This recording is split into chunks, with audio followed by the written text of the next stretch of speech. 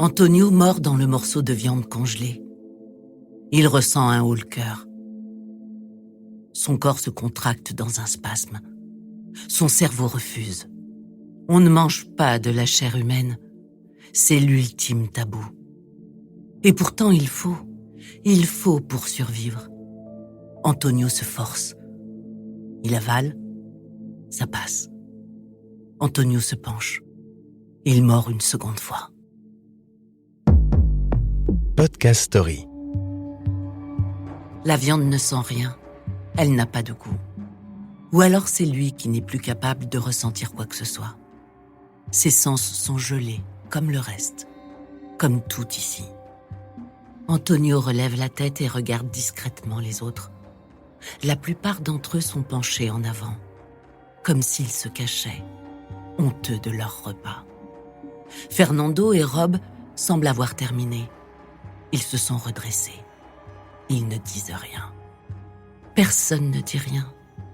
Le silence règne en maître ici. Le vent glacial gifle la carlingue éventrée de l'avion. Partout le blanc. Il n'existe plus de couleurs. Ils sont perdus dans un désert de neige et de glace, entourés de montagnes acérées. L'avion s'est écrasé il y a 10 jours maintenant. Sur les 45 passagers, 16 sont morts pendant l'accident. 29 survivants donc. Ils ont mangé depuis trop longtemps les quelques bonbons et gâteaux retrouvés dans l'épave. Il leur reste un bouchon d'alcool par jour et par personne. Autant dire rien, à part une minuscule poussée euphorique au moment de la brûlure dans la gorge. Rien ne survit à la neige. Il faut se résoudre à l'indicible. Manger les morts ou mourir. Il n'a fallu que 10 jours pour en arriver là, pour briser l'ultime tabou. 10 jours plus tôt, le vendredi 13 octobre, à l'aéroport de Montevideo en Uruguay. Antonio a 19 ans. C'est un jeune homme heureux et insouciant. Il vit en Uruguay dans une famille bourgeoise, catholique, aimante. Il partage son temps avec ses amis et le rugby, sa passion. Quand Marcello, le capitaine de l'équipe, a annoncé une rencontre au Chili, tous étaient surexcités. Quelle chance! Partir entre potes, prendre l'avion, quitter les parents le temps de quelques jours pour vivre sa vie. Le jour du départ, le vendredi 13 octobre 1972, il fait beau. Sur le tarmac, c'est la fête. Les gars se chamaillent. Insouciants, ils montent dans le petit avion affrété pour eux. Ils sont accompagnés par le médecin de l'équipe et sa femme, Iliana, qui est infirmière. Quelques membres des familles sont là aussi. En vol, l'ambiance est détendue. Personne n'attache sa ceinture. Tout le monde rit très fort et se déplace à sa guise. Plusieurs garçons n'ont jamais vu la neige. Ils regardent par les hublots, éblouis par les montagnes immaculées de la cordillère des Andes. L'enneigement est spectaculaire. Mais le ciel se couvre. Une tempête approche. L'avion est secoué. Antonio regarde les autres. Les voir sourire le rassure. Tout le monde semble trouver ça drôle. Certains passent même d'un côté à l'autre de l'appareil pour accentuer les secousses. On est comme dans un manège. Pour plaisanter, l'un d'entre eux se saisit du micro et lance « Attachez vos ceintures pour que les cadavres ne se dispersent pas !» Éclat de rire général. Et les rires s'arrêtent, brutalement. L'avion subit un trou d'air. Une chute libre de 200 mètres dans le vide. Le bruit des moteurs est assourdissant. Les visages se ferment, les sourires s'estompent. Et, en un éclair, l'insouciance a disparu. Des prières commencent à s'élever. Antonio panique. Il va mourir un vendredi 13. Il ne reverra jamais plus son père et sa mère. Il pense à eux, très fort. Et c'est le crash.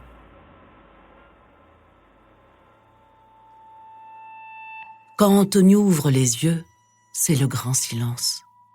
À côté de lui, un mort, une femme, l'hôtesse. Il est obligé de lui marcher dessus pour sortir. La violence du choc a fait éclater l'avion. La queue de l'appareil n'est plus là. La neige est partout. Comme du sable mouvant, on s'enfonce jusqu'à la poitrine. Comment se peut-il que certains soient déchiquetés quand d'autres ont seulement un œil au beurre noir? Quelques heures après le crash, Marcello, le capitaine de l'équipe, prend les choses en main. La nuit va bientôt tomber. Quand ils ont quitté l'Uruguay, il faisait chaud. Ils portent des t-shirts ou des chemises légères. Trouver des vêtements devient vital. Antonio cherche parmi les bagages dispersés autour de l'épave. Mais les grosses valises sont dans la queue de l'avion qui a disparu. Marcello tente de rassurer tout le monde. Il est dans son rôle de leader. Les secours vont arriver rapidement, c'est certain. Le capitaine se charge de rassembler tout ce qui pourrait servir de nourriture. Chocolat, bonbons, alcool, dentifrice, crème de jour, crème pour le corps, eau de Cologne. Un problème se pose. Comment allumer un feu ici? La réponse est sans appel. Impossible. Aucun combustible dans cette immensité glacée. Pour se protéger du vent cinglant et se tenir chaud, il faut utiliser le reste de la carlingue. À l'intérieur, l'humidité et le froid semblent moins intenses. Pour dormir, les meilleures places sont celles du milieu. Par souci d'égalité, Marcello impose de faire tourner les places. Chaque soir, il faudra changer. À 25 ans, Marcello est un bon capitaine, apprécié de tous. Il sait fédérer. Ce qui le caractérise, c'est la douceur avec laquelle il peut donner les ordres. Comme sur le terrain, ici aussi, il se sent responsable des gars. Les corps des victimes sont déplacés sur le côté de l'avion. Un genre de cimetière improvisé. Les jours passent et les corps gisent là, inertes, se recouvrant de neige un peu plus chaque jour. Au bout du 6e jour, la faim commence à tirailler les estomacs et les forces à manquer. La ration de chocolat, le bouchon d'alcool et le dentifrice ne suffisent plus. Et les cadavres sont là. Juste là. Un des membres de l'équipe, Adolfo, ose le premier lancer l'idée. Et si on les mangeait? Marcello s'oppose. Profaner les corps est inconcevable. Les secours vont arriver, il faut tenir. Adolfo propose un pacte. Ceux qui le veulent peuvent dire de leur vivant qu'ils sont d'accord pour être mangés une fois morts. Il suffit de l'énoncer clairement, maintenant. Si je meurs, vous pouvez vous nourrir de mon cadavre. 4 jours passent. Il arrive que des avions survolent la zone. Les rescapés sont persuadés que ce sont des secours qui les cherchent. Ils crient, de toute leur force. Mais de là-haut, les avions sont trop éloignés pour les apercevoir. Les survivants dessinent sur la neige un SOS avec les divers objets trouvés. Les avions passent et aucun ne les repère. Ils ont trouvé une petite radio dans l'épave. Ils écoutent les informations. Ils savent qu'on les recherche. Et puis, la sale nouvelle tombe. Ce matin du 10e jour, ils apprennent que les recherches sont interrompues. Le monde les abandonne. Ils ne peuvent compter que sur eux-mêmes pour espérer un jour retourner dans le monde des vivants. Mais la première obsession, c'est manger.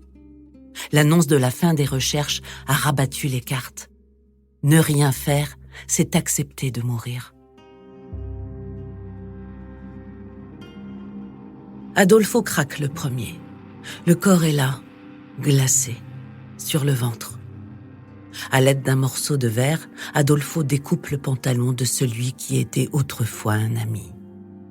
Puis, il entaille la peau. La chair apparaît. Adolfo creuse un peu plus pour découper les fibres du muscle. Tout se fait dans un silence absolu. C'est comme un retour à la vie primitive. Ensuite, chacun, honteusement, s'isole et mange. D'habitude, Antonio et les autres passent l'après-midi près de la carlingue au soleil. Mais aujourd'hui, il n'y a pas de soleil. Le vent est cinglant. Tous se sont réfugiés dans le fuselage. Le froid est mordant. Ils sont tétanisés, recroquevillés les uns contre les autres comme des petits êtres fragiles et tremblotants. La situation ne peut être pire. Eh bien si. Tout à coup, un bruit terrifiant se fait entendre, comme un troupeau de chevaux au galop. La neige, lourde, s'engouffre partout. Une avalanche les submerge. De longues minutes plus tard, le silence s'impose de nouveau. Le vent s'est calmé. Antonio a l'impression d'être le seul survivant. Il est complètement recouvert de neige. Des images du crash défilent devant ses yeux. Puis, sa vie en Uruguay. Il se voit désormais petit, entouré de ses parents dans la maison familiale. Une douce chaleur l'enveloppe. Il se sent bien. Une lumière blanche apparaît. Il a envie de la suivre. Il va mourir. Mais une main au-dessus de lui creuse la neige qui le recouvre. Il reprend ses esprits. Il suffoque. On le tire de son trou. À la surface, c'est l'enfer. Tout le monde crie. Il est difficile de savoir où chercher. Parfois, en creusant frénétiquement, on peut découvrir un compagnon mort. Cet après-midi-là, 8 amis ont perdu la vie, dont Marcello. Le ciel s'éclaircit. Après l'avalanche, sentir les rayons du soleil sur leur peau est un soulagement. Autour d'eux, tout est blanc, aucun signe de vie. Retour à la case départ. Les jours passent. Ils survivent grâce aux morts. Une nouvelle idée germe dans leur esprit, un nouvel espoir. Il faut partir à la recherche de la queue de l'avion pour trouver la batterie de la radio et pouvoir peut-être avertir le monde qu'ils sont encore en vie. Pour partir en expédition et monter le col de la montagne, il faut 3 volontaires. Nando, un autre membre de l'équipe, est le premier à vouloir partir. 2 raisons essentielles le poussent à vouloir absolument quitter le campement. La première, c'est de dire à son père qu'il est toujours en vie. La seconde, il ne souhaite pas toucher au corps de sa mère et de sa sœur. Antonio et Roberto sont les plus costauds du groupe. Ils acceptent d'aller chercher la queue de l'avion. Plusieurs jours avant le départ, le trio est choyé. Tout d'abord avec une ration de nourriture en plus. Il faut rassembler beaucoup d'énergie pour espérer monter le col de la montagne. Marcher, sans vraiment savoir où aller. Les meilleures places pour dormir leur sont aussi réservées et le groupe s'affaire pour leur confectionner des vêtements et affronter la montagne. On découpe aussi des réserves de viande sur les corps. Au matin du 36e jour, à 6 heures, Antonio, Nando et Roberto sont prêts. Ils partent. À chaque pas, ils s'enfoncent un peu plus dans la neige. Les autres ne les quittent pas des yeux. Sur leurs épaules, l'espoir, celui de quitter cet enfer blanc. Tous sont catholiques. Les prières et la communion du groupe participent à tenir le coup. La colère et l'injustice frappent parfois à la porte de la foi. L'indignation aussi, souvent. Comment Dieu peut-il décider de leur faire subir une telle épreuve ? Comment Dieu peut-il les pousser à dévorer leurs amis ? Antonio se questionne. Son souffle se fait plus rare à mesure qu'il gravit le col. Après quelques jours de marche, la queue de l'avion est enfin retrouvée. Plusieurs valises sont encore là. Quand Antonio ouvre la sienne, l'odeur de ses vêtements le renvoie directement à la maison. Une profonde inspiration et tout se dessine parfaitement devant lui. Son pays, la beauté naturelle de sa mère, la lumière, l'odeur de la viande sur le grill. Il retrouve aussi les fameuses batteries, mais sont incapables de les réparer. Il reste 8 jours sur place.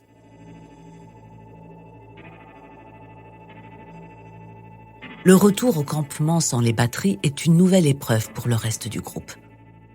Plus les jours défilent, et plus l'espoir s'envole. Antonio et les autres continuent de confectionner des outils avec les débris de l'avion. Mais leur organisme commence à lâcher. Les forces disparaissent. Antonio observe d'un coin de l'œil son copain Roy. Il regarde son teint blafard, le creux de ses joues, ses cuisses rachitiques. Il n'est plus que l'ombre de lui-même. Avant la catastrophe, Roy était un gaillard de 84 kilos. Antonio tente d'estimer son poids. À vue d'œil, aujourd'hui, il pèse à peine 40. À côté de lui, José n'a plus la force de se lever. Il se fait dessus et il s'en fout. Le quotidien est désormais rythmé par la mort des plus faibles et le silence de la montagne. Décembre arrive à grands pas et avec lui, l'été austral et le dégel sur la cordillère des Andes. Le matin du 12 décembre 1972, à 6h30, Nando, Antonio et un troisième membre de l'équipe de rugby, Canessa, partent pour une ultime expédition. Sans autre équipement que leurs chaussures de rugby, des couches de chaussettes et de pulls, le trio s'engage dans cette folle ascension. Ils emportent bien sûr une nouvelle réserve de chair humaine, découpée et emballée. Ils décident de défier la montagne par l'ouest. Le vent est glacial, le soleil paralyse les yeux. Mais peu importe, les trois hommes sont bien décidés à revenir avec les secours.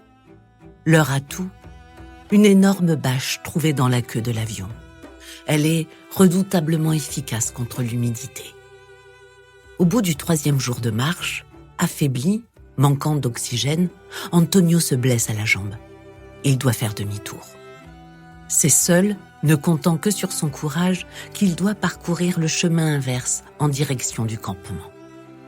Après plusieurs jours de marche vers l'ouest, Nando et Canessa arrivent enfin de l'autre côté du sommet. C'est la consternation. Le silence est royal. Le blanc toujours dominant, pas de vert, rien d'autre qu'un enchaînement de montagnes. Les deux hommes sont désespérés. Quand le désespoir est trop grand, tu t'arrêtes quelques instants et tu regardes les solutions qui s'offrent à toi. Pas beaucoup de choix. Rester là et mourir en laissant les autres, ou continuer de marcher. Ils décident de continuer, de s'enfoncer dans la neige encore et encore. Tant pis si les jambes sont gelées, les pieds frigorifiés et le souffle court. Après 8 jours de marche, Nando et Canessa n'en croient pas leurs yeux. Des mottes d'herbe émergent de la neige. La vie est donc présente ici. Rassemblant leurs dernières forces, ils entreprennent de descendre le long de la rivière. De l'autre côté de la rive, 2 hommes à cheval. Ce sont des bergers qui surveillent leur troupeau. La force du cours d'eau empêche de traverser. L'un des 2 bergers a alors l'idée d'envoyer à l'aide d'un caillou un papier et un crayon. Les 2 rescapés écrivent quelques mots qui disent l'essentiel.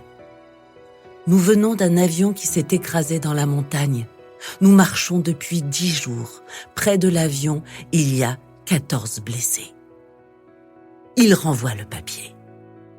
Ils remontent la rive et trouvent enfin un passage. Les bergers ont bien du mal à croire leur histoire. Survivre 72 jours dans la haute montagne sans équipement? Non, c'est impossible. Mais ils appellent les renforts qui arrivent quelques heures plus tard. Le lendemain matin, Nando et Canessa accompagnent les secours dans l'hélicoptère. Après avoir survolé de nombreux sommets, les pilotes échangent dans leurs casques. Pour eux, c'est clair, les gamins sont perdus. Leurs camarades ne peuvent pas se trouver aussi haut et aussi loin. Mais Nando et Canessa le savent, ils ne sont pas perdus. Il faut leur faire confiance. Finalement, le pilote repère l'épave de l'avion qui, depuis cette altitude, ressemble à un rocher. Les 16 derniers survivants sont à plus de 4000 mètres d'altitude. À Montevideo, quelques jours plus tard, les survivants donnent une conférence de presse dans l'enceinte de leur club de rugby. Des milliers de personnes sont présentes. Comment ont-ils pu survivre 72 jours? il faut bien aborder le sujet tabou. C'est Pancho Delgado, 24 ans, qui raconte. Je le cite. « Nous nous sommes dit que si le Christ avait offert son corps et son sang à ses apôtres, il nous montrait le chemin, prendre son corps et son sang incarnés dans nos amis morts. Ça a été une communion intime pour chacun de nous. C'est ce qui nous a aidés à survivre. » Le lendemain, un quotidien chilien titre en une « Cannibalisme justifié, que Dieu les pardonne ». Dans un premier temps, le pape Paul VI condamne le cannibalisme. Mais peu de temps après, il revient sur sa décision et finit par les absoudre, tout comme les églises chiliennes et uruguayennes. Les survivants sont retournés sur le site de l'accident pour enterrer sous des pierres les corps de leurs compagnons décédés. Un lieu qu'ils ont marqué d'une croix. 50 ans plus tard, elle y est toujours. Podcast Story. On a tous une histoire à écouter. Ne manquez aucun épisode de Podcast Story. Abonnez-vous et mettez 5 étoiles sur Podcast Addict, Amazon Music ou Spotify.